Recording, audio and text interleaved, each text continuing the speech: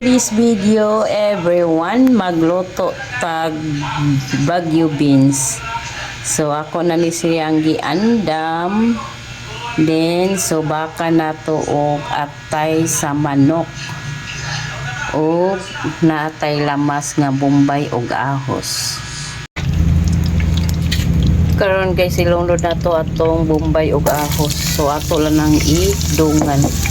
Dibit ato na pasumbaga yun silang duha.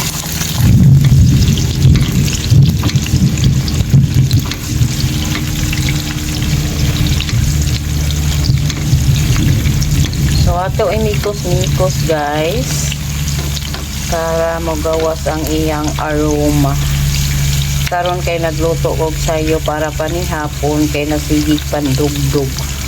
So hapit na mo ulan. Niya ang akong longagana na aman sa gawas. So ato sang paboto no gawas ang aroma.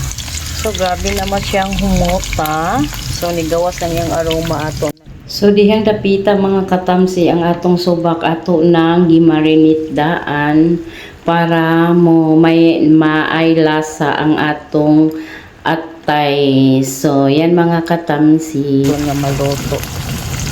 So atong buhaton, atong tabunan.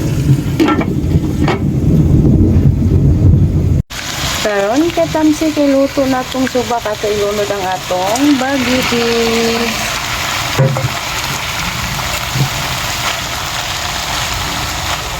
Mikos-mikos pag may time. Ayan. Ngayon mga katamsi, wala na ko napakita ang akong timpla patis, magic sarap o black pepper. Kay lisod kayo kay nag-uwan. So wala ko na video. So hapit na maluto. So karon mga katamsi, luto na atong sudan karon panihapon. Then thank you sa pagtanaw and God bless ating lahat and bye-bye.